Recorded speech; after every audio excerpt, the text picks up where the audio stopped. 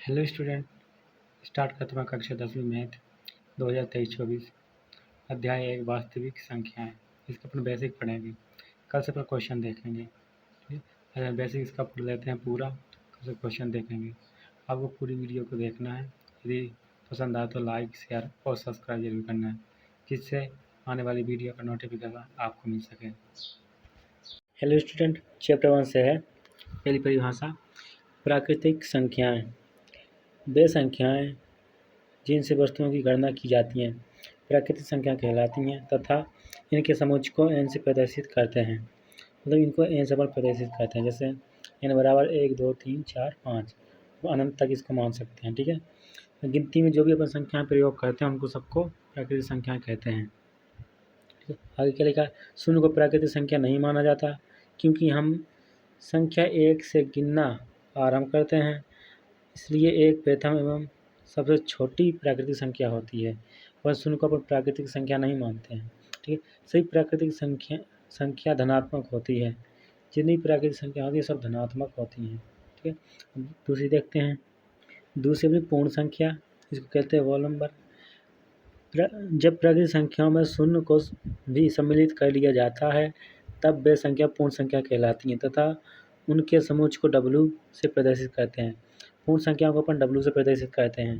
ठीक है, यदि प्राकृतिक संख्या में अपन शून्य को भी सम्मिलित कर लेते हैं उनको अपन कहते हैं पूर्ण संख्याएं। ठीक है, शून्य पहली तथा सबसे छोटी पूर्ण संख्या होती है।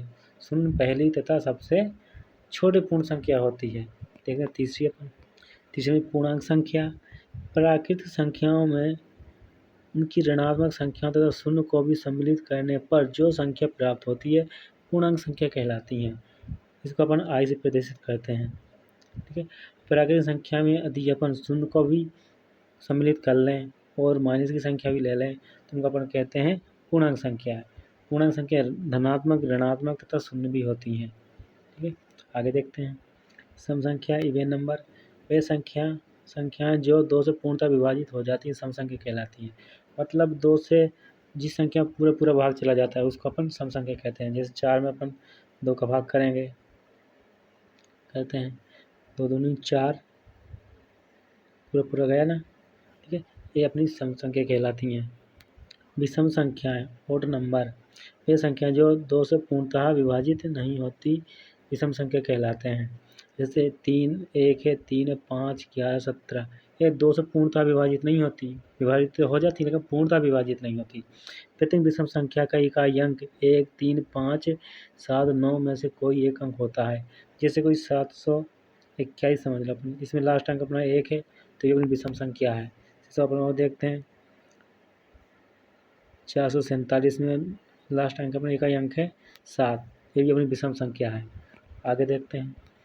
अभाज्य संख्या प्राइम नंबर, वे संख्या जो एक और स्वयं से के अतिरिक्त किसी अन्य संख्या से पूर्णतः विभाजित ना हो अभाज्य संख्या कहलाती है। जैसे 2 3 5 7 11 13 आदि, 17 भी है 19 भी है। ठीक है, मतलब यदि वह संख्या एक और स्वयं से विभाजित हो। ठीक है, मतलब एक से हो या फिर स्वयं से विभाजित। जैसे 2 है, 2 को अपन 1 से भाग कर सकते हैं या 2 से कर सकते हैं।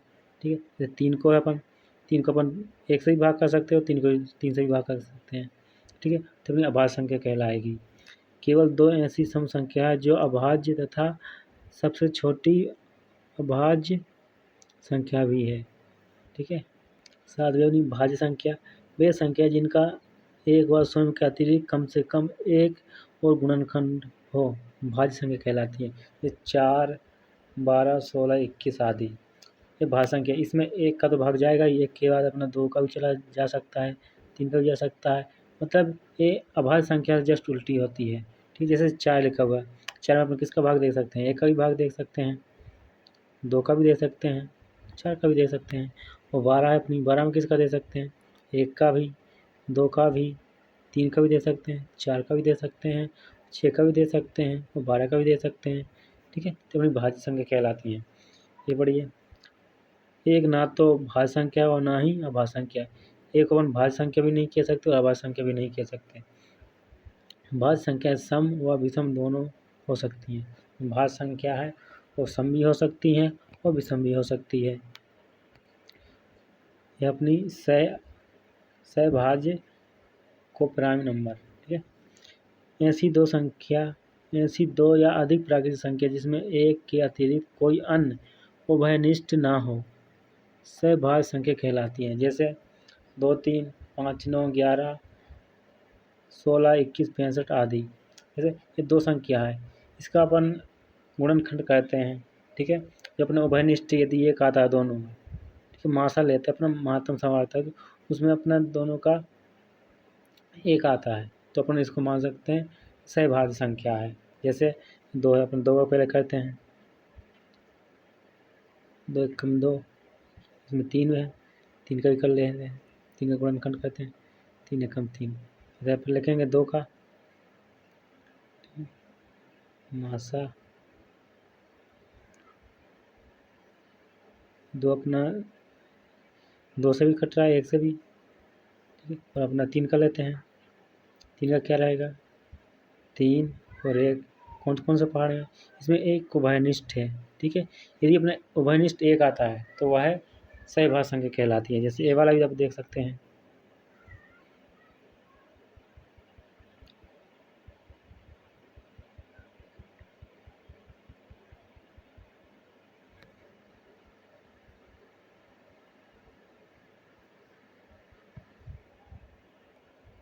तो देखिए तीनों का अपना गुणनखंड कर लिए, 5 का, 9 का, 11 का कर लिया।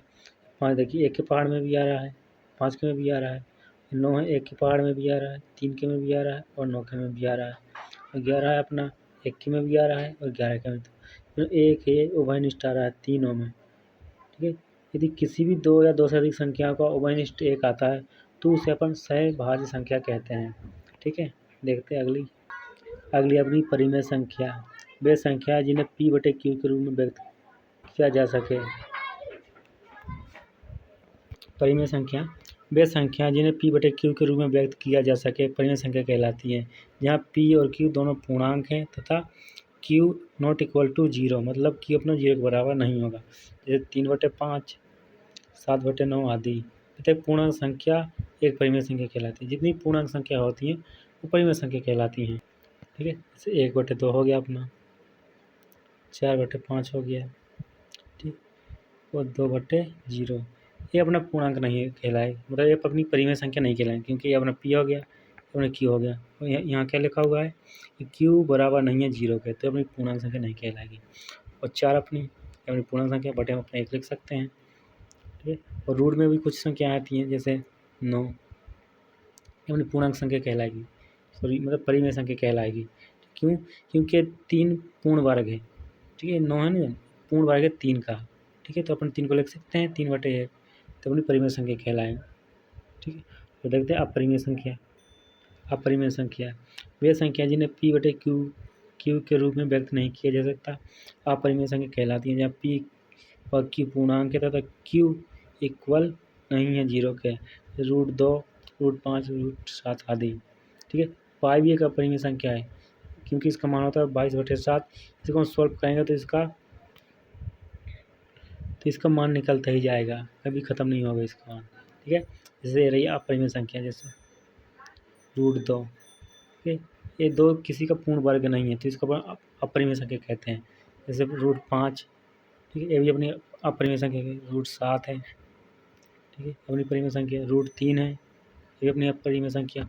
√4 अपने परिमेय संख्या नहीं है, परिमेय संख्या है, क्योंकि ये 4 पूर्ण वर्ग होता है 2 का, ठीक है। जिसका पूर्ण वर्ग नहीं होता है वो कहलाती है अपरिमेय संख्या, ठीक है। अपनी वास्तविक संख्याएं वे संख्या जो परिमेय और अपरिमेय दोनों होती हैं वास्तविक संख्या कहलाती हैं, ठीक है। इसको अपन समझ सकते हो तरीके से, जितनी भी संख्याएं होती हैं चाहे वो रूट की हो या प्लस माइनस 0 कोई भी हो, उसको अपन वास्तविक संख्या कहते हैं। जैसे अपने यहाँ देख सकते हैं √5, 7/4, 1/2, पाई, -1, 0, 5, ये सब अपनी वास्तविक संख्या कहलाती हैं, ठीक है। ये अपनी पूरी परिभाषा हो गई। और कल से अपन पढ़ेंगे क्वेश्चन, चैप्टर 1 से जितने भी क्वेश्चन हैं अपन पढ़ेंगे। प्रश्न वाली 1.1 स्टार्ट करेंगे कल से, ठीक है। यदि आपको वीडियो पसंद आए तो सब्सक्राइब जरूर करें, ठीक, क्योंकि आपके सब्सक्राइब से एक मोटिवेशन मिलता है मुझे, ठीक है, जिससे मैं और वीडियो बना सकता हूँ, ठीक है। क्योंकि यदि चैनल पे कोई आएगा नहीं तो मैं वीडियो क्यों बनाऊँगा, अपना ऑफलाइन ही पढ़ाऊँगा, ऑनलाइन क्यों पढ़ाऊँगा। इसलिए आप सब्सक्राइब करिए और लाइक करिए और शेयर भी करिए आप, ठीक है। इससे मोटिवेशन बना रहा है और मैं आपके लिए वीडियो बनाता रहूँ। ओके, तो मिलते हैं अपन कल। Okay, have a good day.